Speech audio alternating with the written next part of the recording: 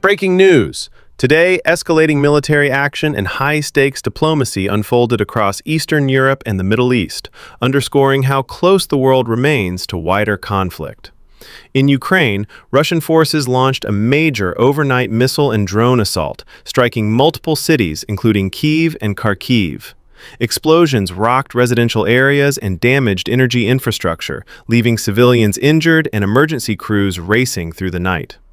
The attacks followed the collapse of a brief ceasefire, casting fresh doubt on near-term peace efforts as air defenses remained active across the country.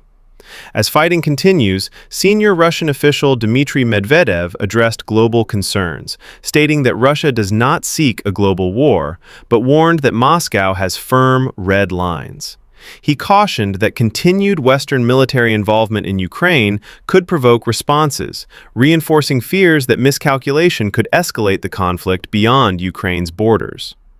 Meanwhile, in the Middle East, Iran's president made a notable public appeal for fair and equitable negotiations with the United States, specifically over nuclear issues. The statement signals a possible diplomatic opening amid heightened regional tensions, even as mistrust between Tehran and Washington remains deep.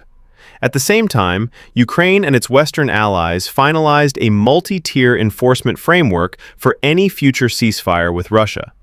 The plan outlines diplomatic warnings, Ukrainian military responses, and potential coalition action should violations persist, reflecting growing skepticism that agreements alone can hold without enforcement.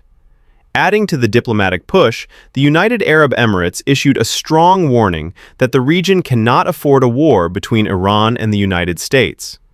UAE officials urged direct talks, as preparations continue for renewed nuclear negotiations in Istanbul involving Iran, the US, and regional stakeholders.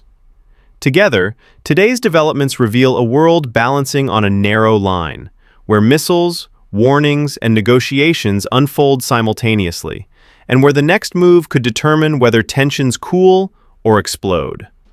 Reporting for Frontline World News, Alex Mercer.